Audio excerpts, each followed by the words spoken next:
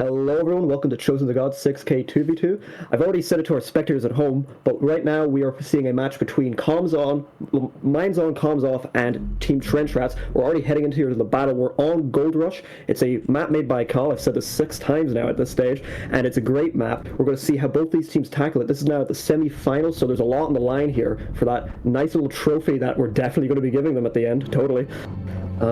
Can you give a rundown? Oh, I almost forgot. I'm joined here by Dar. Can you give us a rundown of the fleets? Hello, yeah, so Team 2 is Mines On, Comms Off. Team 1 is the Trench Rats. We drop down here with the OSP team, who is on Team 2, and looks like we are with Quiz. Quiz has a light ship heavy fleet. Looks like he's going to be doing a lot of capping action. We jump down here with a rocket shuttle and an MMT. Let's start from the opening and go down the list. He's got a CIA monitor or Intellitor, depending on who you ask. It's an EWR and LRT monitor meant for spotting and tracking, providing fireable tracks to these large 450 bulk freighters, which he has 2 of as well.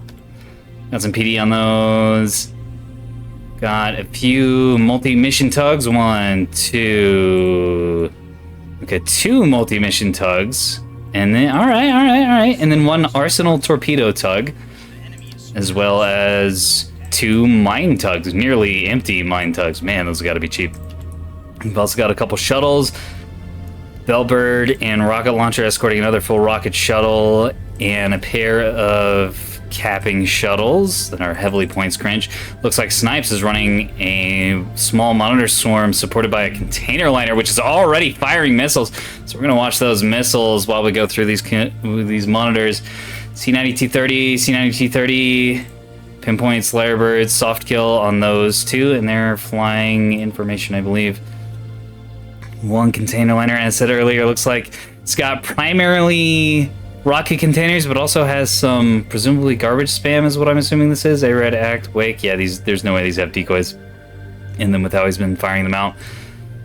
It's got an LRT tug, a double jam shuttle. Okay, you don't see those super often. C9230 plasma monitor.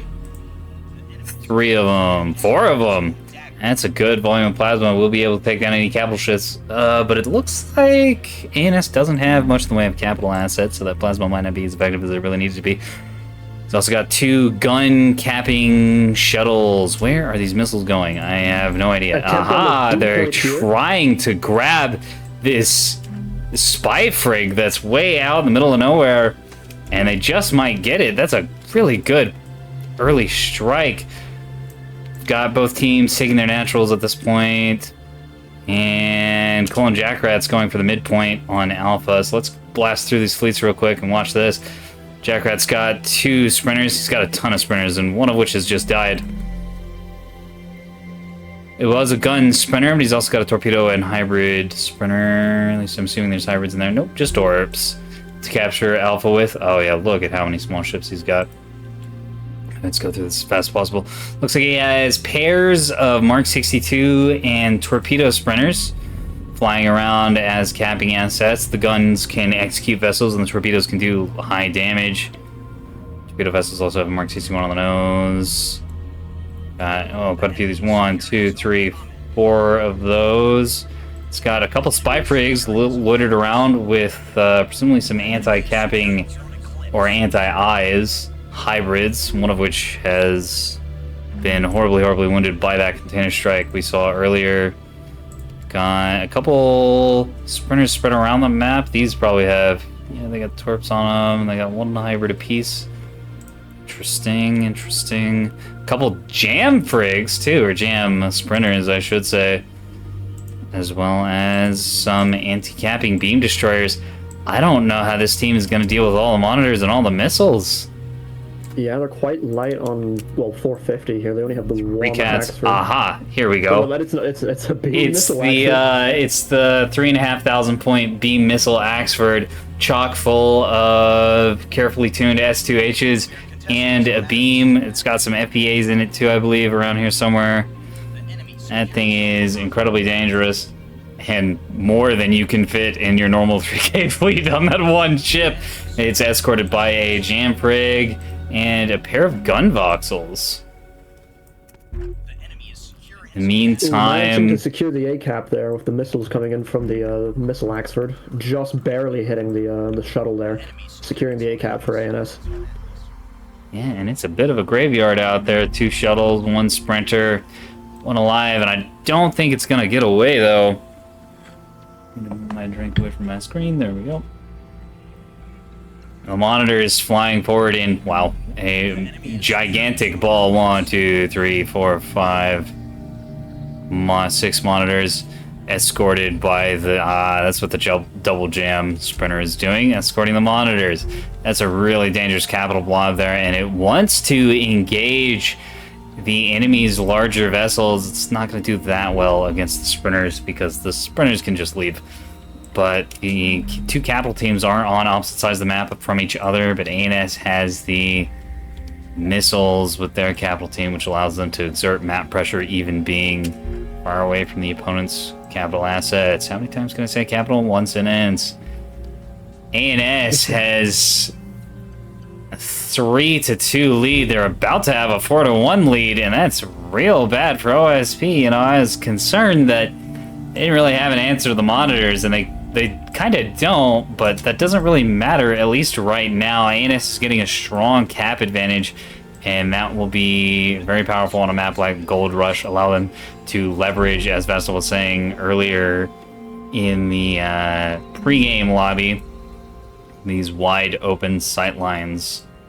One thing to note is that they could just send these monitors over there to the E point, just bombshell that sprinter that's stuck on the E point, because it can't leave now, because there is a shuttle sitting there that can contest the cap if it leaves. We'll take it. There was an exchange here earlier between the MMT and the sprinters. 1 sprinter was lost, so realistically the monitors only have to shift over here for about 2 minutes, just fire down onto there, and they do have the E point. They know there's only 1 sprinter over there. Maybe they're yeah, it looks like they are committing now to the E point. There's a bit of indecision there, perhaps keeping the monitors fighting over here, trying to deal with everything on the left-hand side of the map for Mindzone comes off, but they have decided instead they're going to shift these monitors over, it looks like, at least, to deal with the E point. I think they were setting up to deal with the sprinters on Alpha, but the multi-mission tug handled that with a wave of missiles, clearing the Alpha point. Gonna eat a nuclear blast, not gonna matter that much for the tug, doesn't have any armor to begin with. But the shuttle from OSP is going to be able to hop onto the Alpha point and secure that shortly. There's nothing out of ANS guarding it.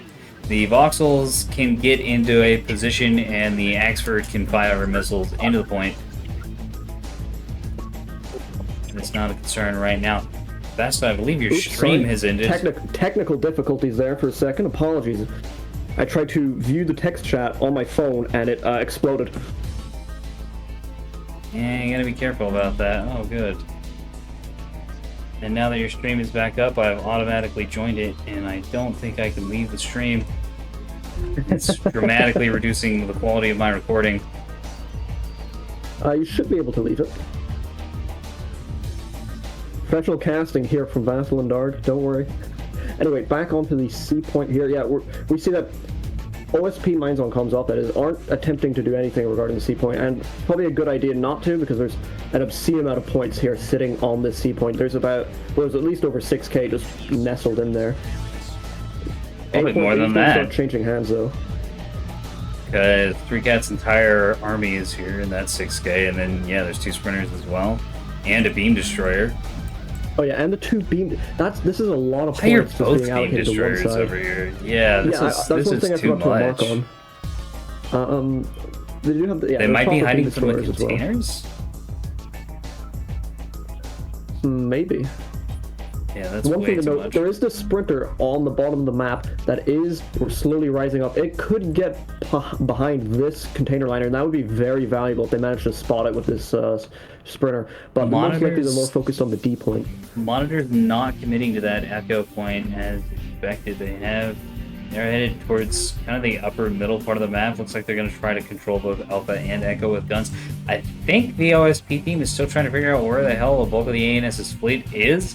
They've only really seen capping assets to this point. But they it do seems manage that to they have get seen the an Alpha point. MMT, or actually, sorry, a Bloodhound T20 tug's being sent over to try and help deal with the E point. God.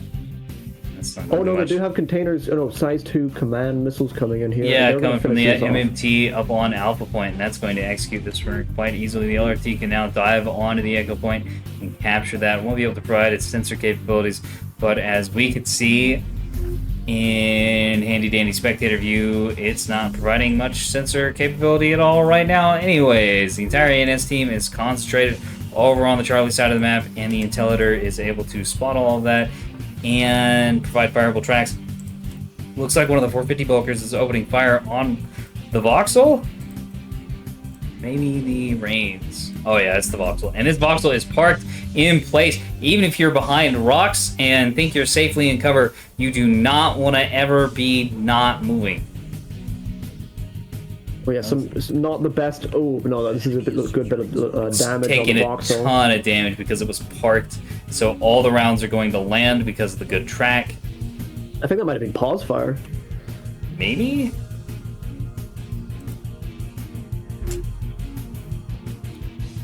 Yeah, here we go. E point is now starting to change hands. Oh, but there are 2 size 2 hybrids, 3 hybrids coming in. Act command. Oh, yeah, that's a Bloodhound tug. That's no longer going to be able to provide good tracks. Lost the civilian reactor. And the basic CIC. So it's down to a knock steering. All it's good for is throwing at a cap in the later parts of the game. Fortunately, what ANS really needed to do is prevent the cap on the Echo Point, and they have to kill this shuttle to do it. Those S3Hs might have been better spent there. The container liner is detected by this shuttle, I mean the sprinter, in the back line by the D point. Will they recognize that that is the container liner, however? It does contain 5 torpedoes, but it looks like it's more focused on getting this D point instead. Seems to be. That's a lot of sprint mines as well. It's like one torp being launched out of one of the mining tugs, which is Yeah, firing this is an AMMs into a accident. rock. That's not going to do much. Bomb. Back so close that the opposing sprinter's defender activated to shoot down the AMMs. Didn't work. But... Bonk! That's a lot of damage. AMMs going after the mines! Oh, AMMs, yeah, being dumped on the mines, and those aren't going to do much at all, unfortunately, because Yeah. the mines are on a rock. Well, even when mines, yeah, well, they're on a rock, and so the AMMs will burst too early. But even when mines aren't on a rock because they're facing as random, there's a pretty good chance that AMMs will be immensely ineffective against them, because there's no telling what the intercept angle is actually going to be.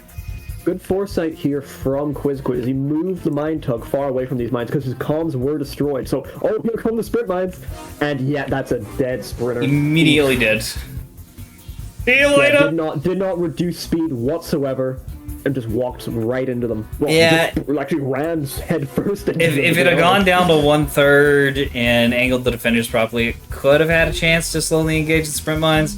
But whoo, not like that. Couple rocket containers going to be wasted on this. Looks like Snipes doesn't quite realize that this has already been killed. He is right that this needs to die. Yeah, a no, bit it of- was bit worth excessive the rocket investment containers there. out of the risk, but oh, that is quite a lot of It them. might actually be fine. The hybrids are going on the decoy container that was fired in decoy containers defense are much perfect. earlier. Oh, that's expensive. Axe command val. Oh yeah. You do not have many tubes of that. In fact, I think Steam only had 5 because the okay, no. This is the damaged one. It didn't get its tube shut out. Cool. Some more size 2 missiles coming in. Oh, AMM's firing as well, but they're coming in on these sprinters nearby the B point. Weird Will they angle. get through? Can the defender do Yes! it? Oh, well No. knocked out. And that's the expensive one, the torp sprinter. It's down. Yeah, Torp's down. Double Mark 62 is now going to have to try and fend off against the MOT, but the MOT is firing more. Will these go into the rock, however? It's 2H's going after the bulk fighters, but they also have AMMs. Tons of AMMs this game out of both teams.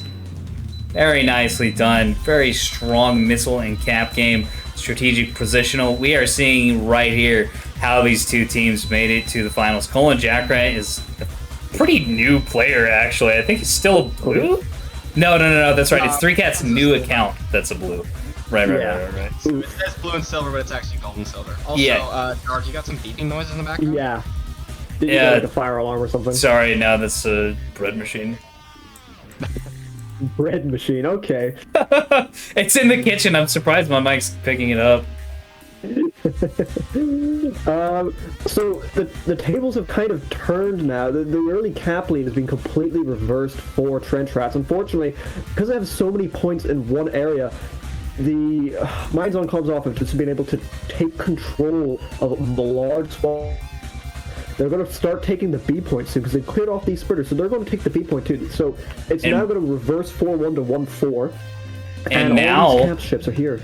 The monitor blob is pushing down the group parked behind Charlie. They haven't been able to move at all to get a better position. They do not want to face fight. The monitor's beam coming out. That's going to be a problem for those ships if they don't get on those beam DDs fast. But the missiles aren't going to cut through here. Those are definitely now the yep. And the beams are very long range. Priority target.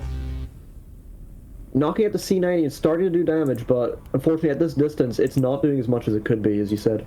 And that beam's going to start burning down real quick. Do you believe... Yeah, I'm not seeing... Not making use of the jamming shuttle at the moment. It is not firing.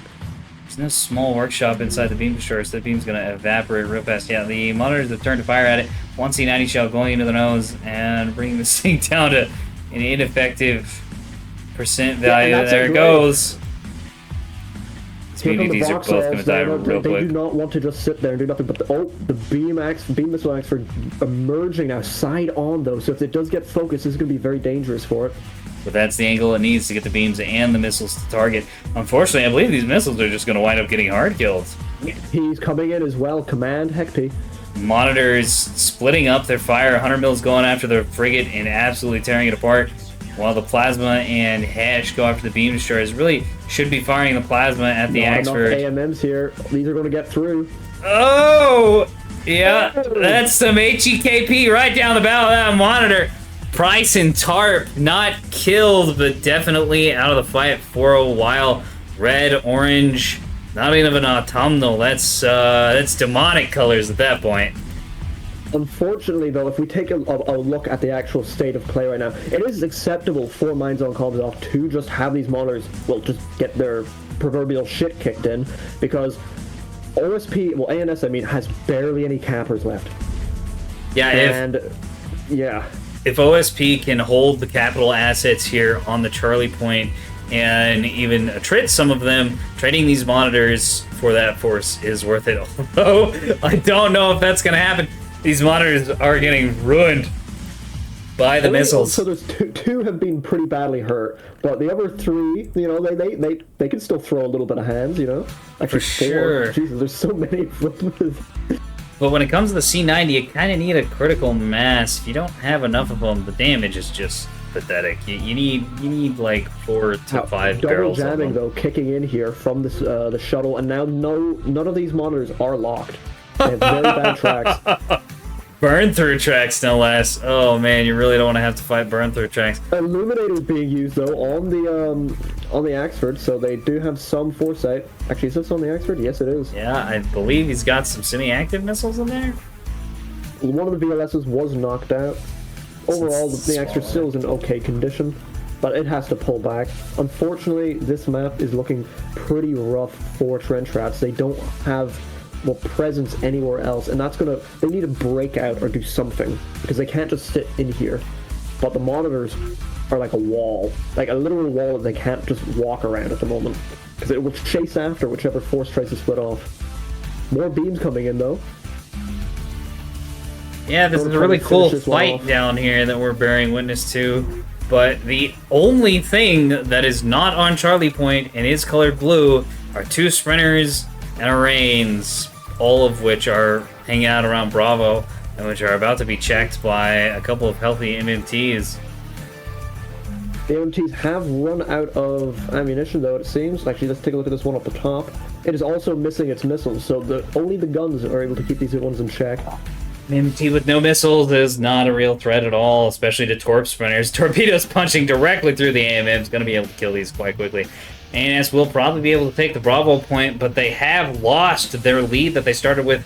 Pretty big lead right at the start of the game when they had that 4-1 capping advantage, but in the meantime, they've lost most of their capping assets. In fact, as we said, basically everything up Rocket Charlie. shuttle coming in here. And OSP has lost almost nothing. They've lost a couple of capping sprinters, capping shuttles, and then a rocket shuttle and another naked capping shuttle. It's not that much. The monitors, they're bruised, but they're still fighting fit. Well, some of them are. This rocket shuttle is going to try and contest this point. It probably has a few rockets left, good few rockets left, to try and kill these sprinters on board. The B point on board. The Vox also are getting mauled by two different directions of 450 and 600 millimeter fire. It's very brutal to be in this sort of position because you can't point your bow towards either target. But as well as that, 450 wants you to be bow on as well. So it's a very, very difficult situation to be in. Yeah, the big mistake of this game seems to be the concentration of forces here on the Charlie Point. I think this sort of capital group had the capability to support the wall of sprinters. The cruise missiles could have killed MMTs and other capping vessels, and the Voxels also could have shot out any eyes at weird angles. Oh, all these ACT command missiles being jammed. I mean, ACT ARAD validated missiles being jammed before they can get in. One managing to connect, but most of the missile firepower now is being, well, not most of it, about half is being burned through at this stage. Actually, none of the VLS-2 mounts on the front have actually fired yet. Interesting. Is that true? That can't be real. Oh no, it's at 100% health. I can't. I'm illiterate. Oopsie daisies. Charging forward now with Burger Joint, and it's probably not going to do too good here, but maybe this is the sacrifice. Throw this forward, try to go for overcaps, but unfortunately the 450 liners, they're in perfect condition, and they can continue to just keep shooting away and away and away. Now focusing fire on Burger Joint, bow on, firing, firing HG this time. Yeah, this ship is too expensive to really be used like this.